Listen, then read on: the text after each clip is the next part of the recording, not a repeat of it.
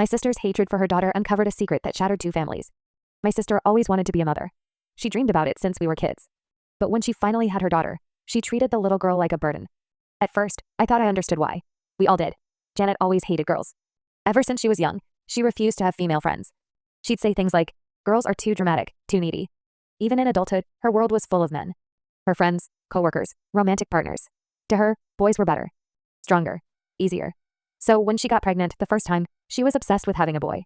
She threw this over-the-top gender reveal party, her entire backyard drowning in blue decorations, convinced it would be a boy. I still remember her face when the pink smoke burst into the air. She forced a smile, but her shoulders dropped, her eyes went glassy. It was like someone told her she'd lost. After that, the whole pregnancy became unsettling. She spent months posting articles about toxic femininity, hanging out in boy-mom Facebook groups, saying she'd get it right next time. Then Kaylee was born. Janet barely called her by name, just the baby. She dressed her only in beige or gray, as if colors like pink would contaminate her. At family gatherings, she'd complain, "She's so emotional, so dramatic." Kaylee was barely 2 years old, still toddling around, and Janet was already rejecting her. Meanwhile, my husband Ryan and I had been trying for a baby for 7 years. 7 years of heartbreak, fertility treatments, and hope that died month after month. I remember one day, out of desperation, I asked Janet if she'd consider letting us take Kaylee, since she clearly didn't want her. The look she gave me was ice cold. "I'd rather sell her than give her to you," she snapped. I thought she was being cruel just to hurt me. Now I know better. When Janet got pregnant again last year, she made it clear. "If this one's a girl, I'll terminate. I won't fail twice." Her words made me sick. She tried every old wives' tale, Chinese calendars, oils, gender selection talk. It was obsessive. When she found out it was a boy, she dropped to her knees sobbing with joy. At her second gender reveal, when blue smoke filled the sky, Kaylee, now 3, ran to hug her mom, confused but excited. Janet pushed her away so hard she fell and scraped her knee. I'll never forget the silence that fell over the party. We all started keeping our distance after that. Janet gave birth to Liam in Europe, where she said it was cheaper and classier. We barely heard from her until a group family FaceTime 2 months later. She was all smiles, showing off Liam in his mommy's little man onesie. Then my aunt casually asked, "Where's Kaylee? Let's see her too." Janet froze. For a long moment, she just looked down. Then, with a shrug, she said, "Oh, I put her up for adoption back in December. Couldn't handle 2 kids. Plus, it was before Christmas, saved money on gifts and travel." The call erupted into chaos. My grandmother clutched her chest, gasping Kaylee's name before collapsing. We rushed her to the ER while I screamed at Janet, "You knew we wanted a child. Ryan and I could have taken her." Janet hung up. That night, something about Ryan's behavior unsettled me. He was in our room, frantically deleting old photos from his phone. Photos from 4 years ago. That timeline stung because that's when I'd been pregnant before my miscarriage. Some of the images looked like ultrasound snapshots. I asked him about it.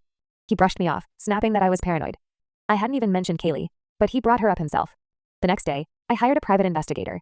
I told him to dig into Kaylee's adoption, her father, and anything that could help me build a case for custody. 2 weeks later, the pie dropped a bomb. He found hotel receipts, deleted messages, and worst of all, Kaylee's DNA from a toothbrush she'd used at my house. She was Ryan's child. 9 months after my miscarriage, while I was still in the hospital grieving, Janet and my husband had been together.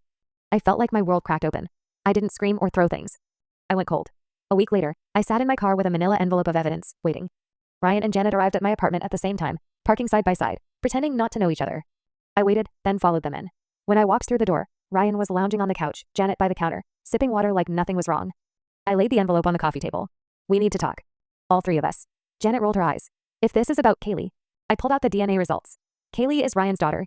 Ryan's face went white. "What is this?" "You know exactly what it is," I said. 4 years ago, when I was grieving our baby, you were with my sister." Janet actually laughed. "Oh my God, you hired someone?" "That's pathetic." "Is it pathetic that you gave away your own daughter just to hurt me?" I snapped. Ryan stood up, stammering that it was fake. I played an audio recording the pie had found. His voice, talking to Janet about keeping the secret. The room went silent. Janet's smile dropped. "I've already filed for divorce," I told Ryan. "Our accounts are frozen. You'll get the papers tomorrow." Ryan lunged for the documents. I pulled them back. "Half our money is gone," he growled. "Actually," I said, "you have nothing. Infidelity changes everything in court." Janet tried to deflect, but my grandmother stormed in, supported by my aunt and uncle. "Enough," she shouted. "We're getting Kaylee back." From there, everything spiraled. We discovered the adoption agency had a 6-month reversal window since Ryan hadn't signed any papers. The adoptive family was already contacting the agency. They wanted to return Kaylee due to behavioral issues. The moment I heard they were bringing her back, I cried. 2 weeks later, Kaylee was back. The adoptive family from Oregon pulled into my grandmother's driveway, looking worn out. Kaylee stepped out in a pink coat, clutching a stuffed elephant. She looked around nervously, then spotted me. "Auntie," she cried, running into my arms. Janet knelt, reaching for her. "Mommy's here, baby." Kaylee shook her head. "I don't know you." The look on Janet's face was pure rage. My grandmother stepped forward. "Enough. This child deserves better." Then the custody fight come. The first hearing was brutal. Janet's lawyer tried to frame her as a struggling mother, but the evidence spoke for itself. Her online posts about hating girls, the closed adoption, the text where she said she'd rather sell Kaylee than give her to me. Kaylee's therapist, Dr. Sebastian, testified that Kaylee was deeply traumatized. She believes she was thrown away. Her aunt is now her safe person. Removing her again would be devastating. The judge granted me temporary custody and ordered supervised visits for Janet. The weeks that followed were tense. Janet's visits were disasters. Kaylee cried and clung to me.